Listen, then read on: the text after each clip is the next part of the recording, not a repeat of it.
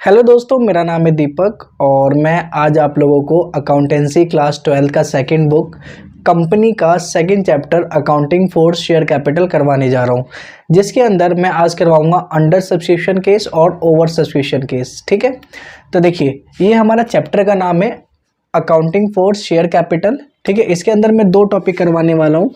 First topic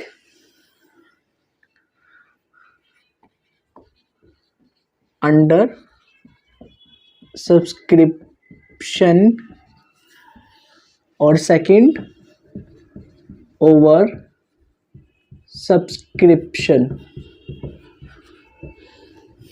ठीक है, इसका मतलब जान लेते हैं सबसे पहले कि इसका मतलब होता क्या है। अभी हम बात करते हैं अंडर सब्सक्रिप्शन। अंडर सब्सक्रिप्शन का मतलब होता है जब कंपनी कोई भी शेयर इशू करती है। ठीक है, जैसे मान लेते हैं ये कंपनी है, ठीक है, ये मेरी कंपनी है। ठीक है, मेरा नाम है दीपक, तो ये है दीपक पीवीटी एलटीडी। ठीक है, इस कंपनी ने इशू किए 20,000 शेयर। ठीक है, 20,000 share at the rate 100 each. इसका मतलब ये हुआ कि कंपनी टोटल 20,000 शेयर इशू कर रही है और एक शेयर का प्राइस जो है 100 है। तो इसका मतलब कंपनी कितना फंड कलेक्ट करने के लिए इतना शेयर इशू कर रही है। देखा जाए तो 20,000 को अगर हम 100 से इंटू करते हैं तो ये आ जाता है 20 लाख, 20 लाख आ जाता है ये। ठीक है, तो कंपनी को 20 लाख रुपए चाहिए, इसीलिए कंपनी ने 20,000 शेयर इशू किया और 100 ईच के हिसाब से एक शेयर का प्राइस है 100 रुपीज़। ठीक है, अब होता क्या है जब कंपनी इशू करती है, ठीक है, 20,000 शेयर, टोटल शेयर क्या है 20,000, लेकिन लोग जो है इनका शेयर खरीदते हैं मे भी हो सकता है 18,000। ठीक है, मतलब कि लोगों के द्वारा जो बाय किया जाता है शेयर को वो 18,000 हो सकता है, या फिर 16,000 हो सकता है, या फिर 15,000 हो सकता है। मतलब जितना कंपनी ने इशू किया उससे कम लोगों ने बाय किया शेयर। ठीक है, तो एक तरह से इसको बोलेंगे अंडर सब्सक्रिप्शन केस। इसका मतलब हुआ अंडर सब्सक्रिप्शन।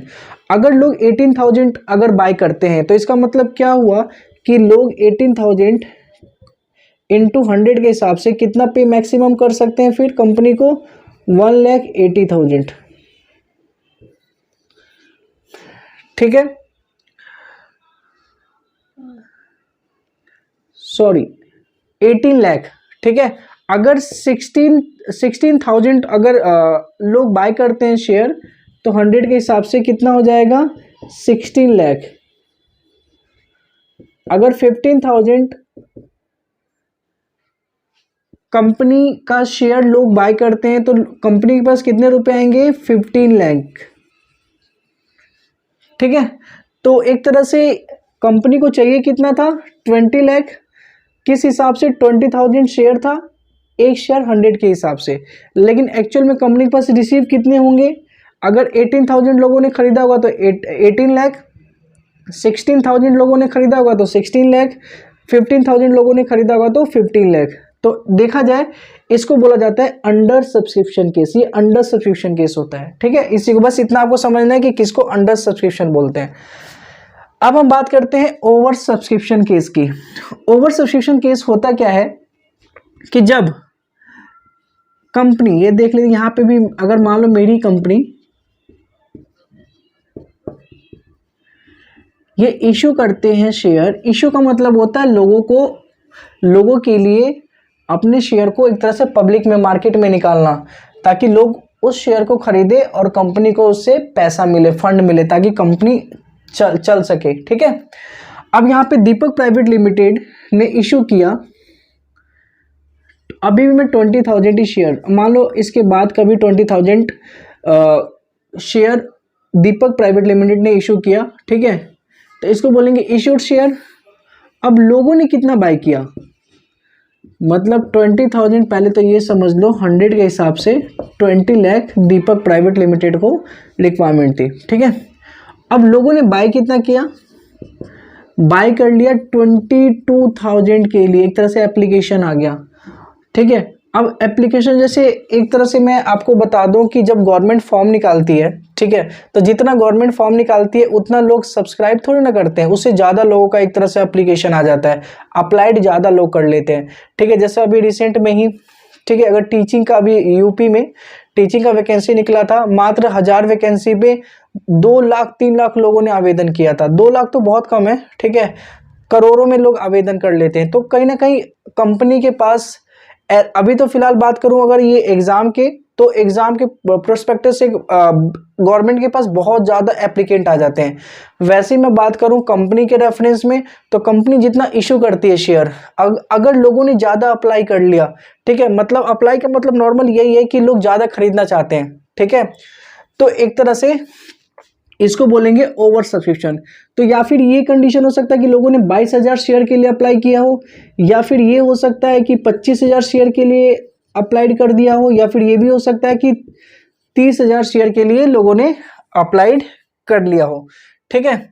तो ये जो है 20,000, 25,000 और 30,000 रुपये, ठीक है, ये कंपनी ने जितना इशू किया था उसके अकॉर्डिंग देखा जाए ज़्यादा है, और ये जो ज़्यादा है इसी को बोला जाता है ओवर सब्सक्रिप्शन केस, ठीक है। तो आपको समझ में आ रहा होगा, अगर 22,000 लोगों ने अप्लाइड किया तो देखा जाए तो अगर कंपनी 22,000 शेयर पे पैसा ले तो 22 लाख रुपए कंपनी के पास आ जाएगा, लेकिन क्योंकि कंपनी के पास शेयर है ही नहीं 22,000, तो ये आ ही नहीं सकता, ये तो एक तरह से देखा जाए हो ही नहीं सकता, है ना। तो आपको नॉर्मली जो मैं बताने वाला था वो मैंने बताया कि जो अंडर सब्सक्रिप्शन होता है, इसके अंदर कंपनी जितना इशू करती है शेयर, ठीक है, शेयर कितना इशू किया कंपनी ने 20,000, लोग कितना उस पर अप्लाई कर रहे हैं 18,000, 16,000, 15,000, ये 3 केस बताया। कितना भी करें, अगर जितना शेयर इशू किया गया है उससे कम लोग करते हैं तो उसको बोला जाता है अंडर सब्सक्रिप्शन केस। और ओवर सब्सक्रिप्शन किसे बोलेंगे कि जितना कंपनी इशू कर रही है शेयर उसके मुकाबले उससे ज़्यादा लोग अप्लाई कर रहे हैं, ठीक है, तो उसको बोलेंगे ओवर सब्सक्रिप्शन केस, ठीक है। तो समझ में आ गया आप लोगों को कि इन दोनों का क्या मतलब होता है, ठीक है। अब हम इसके क्वेश्चन करते हैं, ठीक है।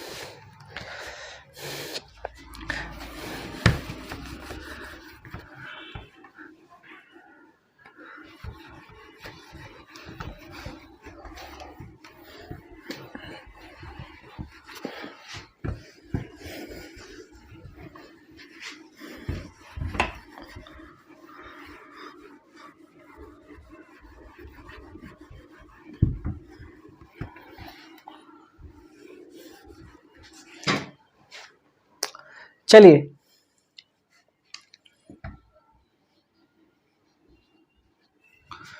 अब हम बात करते हैं अंडर सब्सक्रिप्शन केस की, ठीक है।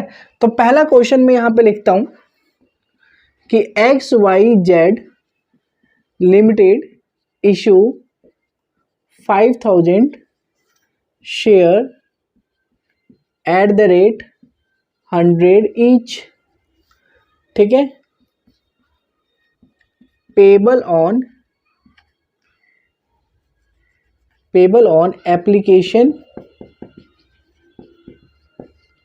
Allotment first call second and final call, ठीक है। ये चारों पे कंपनी मंगा रही है 20, 30, 30, 20, ठीक है। कंपनी कह रही है कि एप्लीकेशन पे मैं 20 के हिसाब से मुझे पे करो, अलॉटमेंट पे 30, फर्स्ट कॉल पे 30 and second and final call पे 20 के हिसाब से। Public applied for 4,000 share, public ने 4,000 शेयर पे ही अप्लाइड किया है, ठीक है।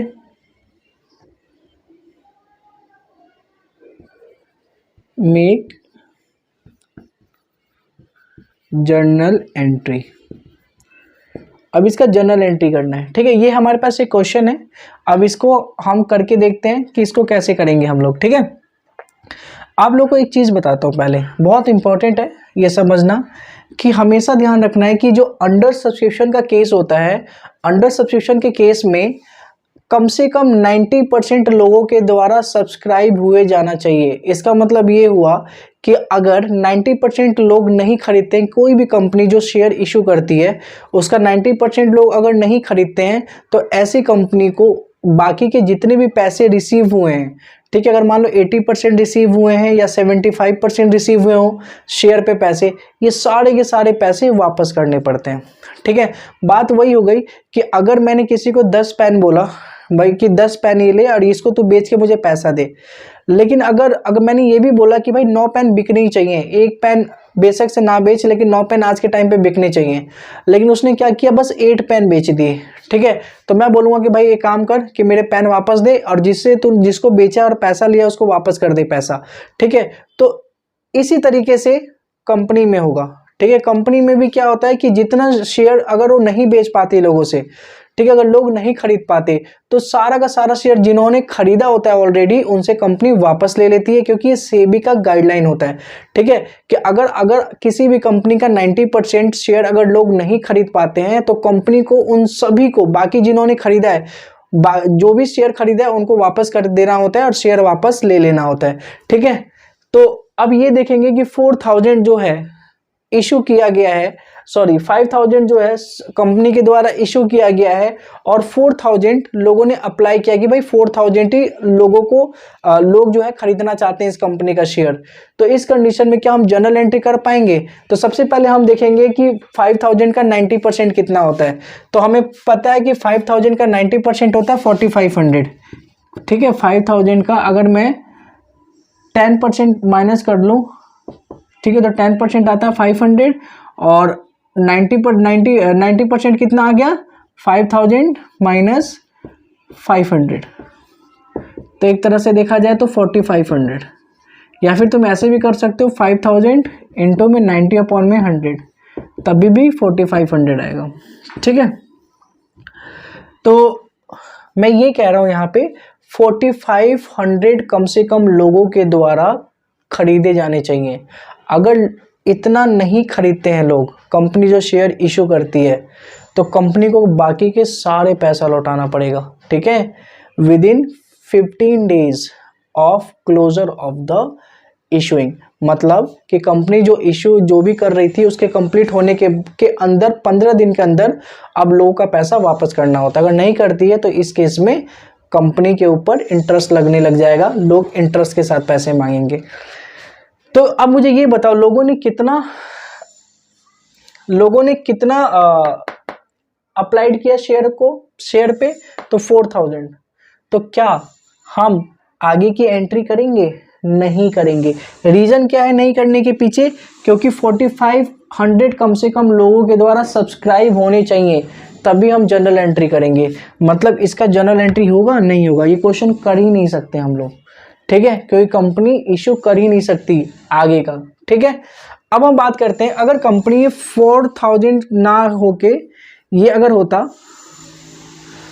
4500, तो यहाँ पे बताओ भाई, यहाँ पे क्या कंपनी इशू करती? हाँ, यहाँ पे इशू करती है। फिर आगे का, ठीक है, कंपनी का कम से कम 90% शेयर बिकना चाहिए, तब हम जनरल एंट्री कर सकते हैं। तो चलिए जनरल एंट्री करते हैं। इसका जनरल एंट्री हम कैसे करेंगे? ठीक है, अभी मैं इधर का मिटा देता हूं, यहां पे मैं जनरल एंट्री करवाऊंगा।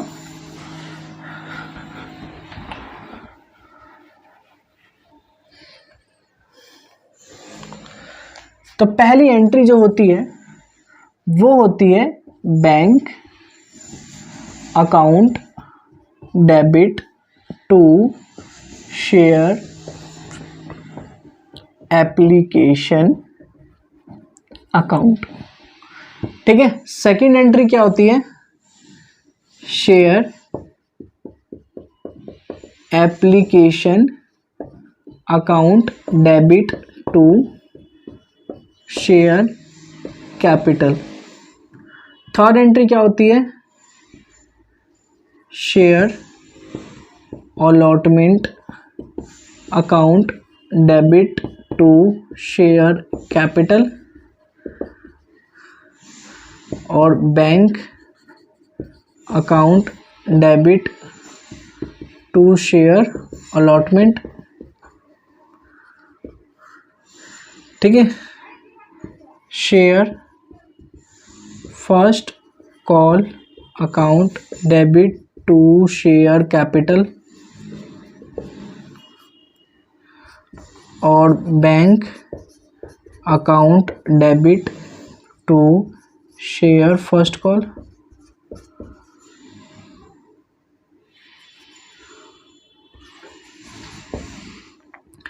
ठीक है, अब हम अमाउंट लिख लेते हैं। अमाउंट कितने से लिखेंगे? एप्लीकेशन पे हम देखते हैं, एप्लीकेशन पे 20 के हिसाब से पेमेंट मिला है, तो हम क्या करेंगे 4500 इंटू 20।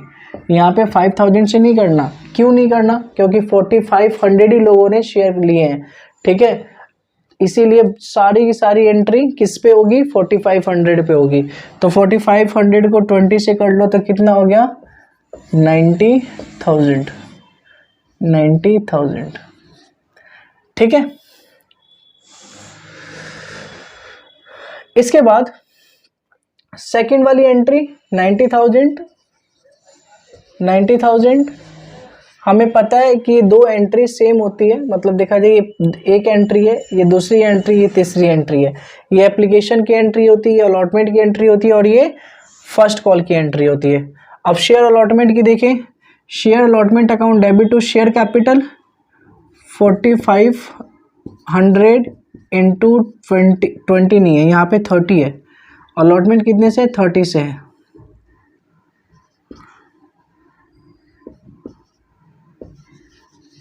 ठीक है, तो यहाँ पे जो बनेगा 13,500।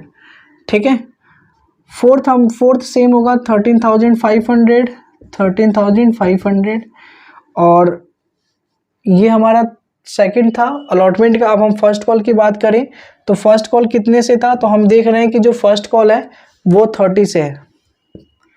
ठीक है, तो फर्स्ट कॉल 30 से है, तो हम क्या करेंगे?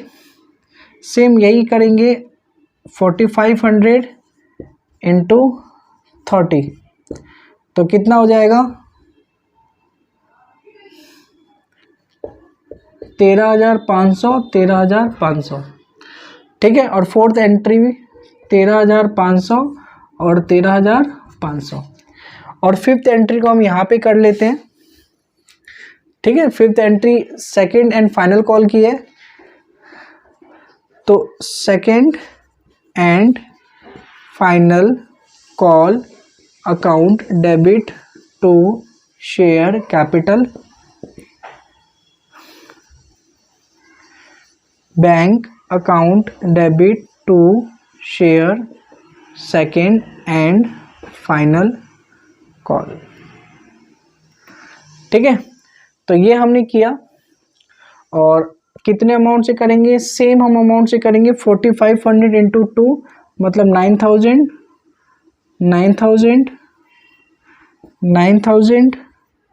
और 9,000। ठीक है, तो होप सो आपको समझ आया होगा अंडर सब्सक्रिप्शन का केस। ठीक है, अब हम करते हैं ओवर सब्सक्रिप्शन का केस, फिर मैं आप लोगों को होमवर्क दूंगा और वो आप लोगों को घर से करना है। ठीक है।